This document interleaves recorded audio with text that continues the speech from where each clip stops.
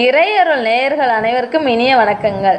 இப்போ நாம் பார்க்க போகிறது ராகு கேது பயிற்சியை பற்றி. இது பாம்பு கிரகங்களோட மூமெண்ட் ஆகும். இது 1.5 வருஷத்துக்கு ஒரு முறை மாறிக்கிட்டே இருக்கும். இதனால் சில பேருக்கு நல்லதும் நடக்கலாம், சில பேருக்கு கொஞ்சம் பிரச்சனைகளும் வரலாம். ராகுவும் கேதுவும் நிழல் மாதிரியே இருப்பாங்க. இவங்க எந்த வீட்டில் இருக்காங்களோ, எந்த கிரகத்தை பார்க்குறாங்களோ அதோட குணத்தை வாங்கி தான் பலன் கொடுப்பாங்க. இது வரைக்கும் ராகு மீனத்திலையும் கேது கன்னிலையும் இருந்தாங்க. ஆனால் இப்போ ராகு கும்பத்திற்கும் கேது சிம்மத்திற்கும் மாற போகிறாங்க. இதனால் மேசராசியிலிருந்து மீனராசி வரைக்கும் இருக்கிறவங்களுக்கு என்ன நடக்கும்னு இப்போ சுருக்கமாக பார்க்க போகிறோம். இதில் ராகுவும் கேதுக்கும் பண்ண வேண்டிய பரிகாரங்களும் இருக்குது. இப்போ கும்பத்தில் வரப்போகிற ராகுவும் சிம்மத்தில் வரப்போகிற கேதுவும் கடகராசிக்காரங்களுக்கு எப்படி இருக்குன்னு பார்ப்போம். கடகராசிக்காரங்களுக்கு இந்த ராகு கேது பயிற்சியில் நடக்கக்கூடிய பொது பலன்களை பற்றி பார்ப்போம். கடகராசிக்காரங்களுக்கு இந்த ராகு கேது பயிற்சியில் சில மாறுபட்ட பலன்களை தரப்போகுதுங்க. உங்களுடைய 8ஆம் இடத்தில் ராகுவும் 2ஆம் இடத்துல கேதுவும் வர்றதுனால சில விஷயங்களில் நீங்கள் ரொம்பவே கவனமாக இருக்க வேண்டும். 8ஆம் இடங்கிறது மறைவான விஷயங்கள், ஆயுள், திடீர் திருப்பங்கள் இதையெல்லாம் குறிக்கும். 2ஆம் இடங்கிறது குடும்பம், வாக்கு, தனம் இதையெல்லாம் குறிக்கும். அதனால் இந்த காலகட்டத்தில் நீங்கள் ரொம்பவே பொறுமையோடையும் யோசித்து செயல்பட வேண்டியது மிகவும் அவசியமாகும். குடும்ப வாழ்க்கையை பொறுத்தவரை கடகராசிக்காரங்களுக்கு எப்படி இருக்க போகுதுன்னு பார்ப்போம். குடும்ப வாழ்க்கையில் கடகராசிக்காரங்க உங்கள் வார்த்தைகளில் ரொம்பவே ஜாக்கிரதையாக இருக்க வேண்டும். தப்பான வார்த்தைகளை யாரும் பயன்படுத்திடாதீங்க. ஃபோனில் யாரையும் திட்டாதீங்க. யாராவது ஏதாவது சொன்னாங்கன்னா உடனே நம்பி யாரையும் திட்டாதீங்க. 2ஆம் இடத்தில் கேது இருக்கிறதுனால வார்த்தைகளில் கவனமாக பேசுங்க.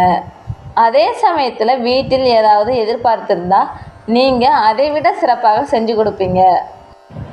இந்த ராகு கேது பயிற்சியில் கடகராசிக்காரங்களுக்கு தொழில் முன்னேற்றங்கள் எப்படி இருக்க போகுதுன்னு பார்ப்போம். தொழில் ரீதியாக பார்க்கும்போது கடகராசிக்காரங்களுக்கு 8ஆம் இடத்தில் ராகு வர்றதுனால திடீர்னு சில நல்ல மாற்றங்களும் வரலாம்.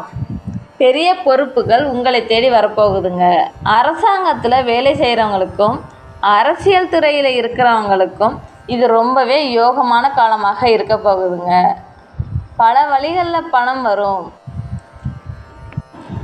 அதே போல் இம்போர்ட், எக்ஸ்போர்ட், ட்ரேடிங் பண்ணுறவங்களுக்கும் பெரிய ஆர்டர்கள் வர கிடைக்கிறதுக்கு வாய்ப்புகள் அதிகமாகவே இருக்குங்க. ஆனாலும் அதே சமயத்தில் சின்ன சின்ன தடங்கல்களும் வரலாம். கடகராசிக்காரங்களுக்கு இந்த ராகு கேது பயிற்சியின் போது அவர்களின் கல்வி நிலை எப்படி இருக்க போகுதுன்னு பார்ப்போம். கல்வி சம்பந்தமாக கடகராசி மாணவர்கள் தியானம் பண்ணுறது ரொம்பவும் நல்லது. மனசை ஒருநிலைப்படுத்த கற்றுக்கிட்டா நல்லா படிக்கலாம். நல்ல குருக்கிட்ட தியானம் கற்றுக்கோங்க. கடகராசிக்காரங்களுக்கு இந்த ராகு கேது பயிற்சியின் போது அவர்களின் உடல்நிலை எப்படி இருக்க போகுதுன்னு பார்ப்போம். உடல் ஆரோக்கியத்தை பொறுத்தவரை கடகராசிக்காரங்களுக்கு வயிறு சம்பந்தப்பட்ட விஷயங்களில் ரொம்பவே கவனமாக இருக்க வேண்டும். குறிப்பாக பெண்களுக்கு திடீர்னு வயிறு தொந்தரவு வரலாம். மன அழுத்தமும் கொஞ்சம் இருக்கும். அதனால் உங்கள் உடல் நலத்தில் ரொம்பவே ஜாக்கிரதையாக இருக்க வேண்டும். பட்டீஸ்வரம் துர்க்கையை போய் தரிசனம் பண்ணிட்டு வாங்க, அது ரொம்பவும் நல்லது. கடகராசிக்காரங்களுக்கு இந்த ராகு கேது பயிற்சியில் செய்ய வேண்டிய பரிகாரங்களை பற்றி பார்க்க போகிறோம்.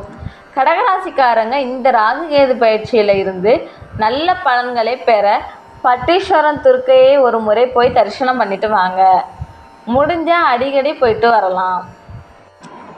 உங்கள் குலதெய்வத்தையும் மறக்காமல் கும்பிடுங்க.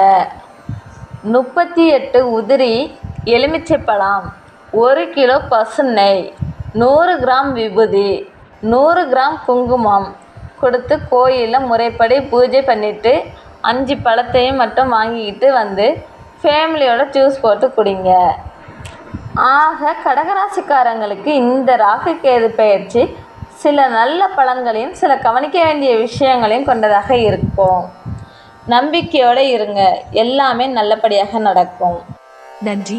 மேலும் வீடியோக்களுக்கு எங்கள் இறையருள் யூடியூப் சேனலை சப்ஸ்கிரைப் செய்து எங்களின் ஜோதிட பயணத்தில் இணைந்திருங்கள்.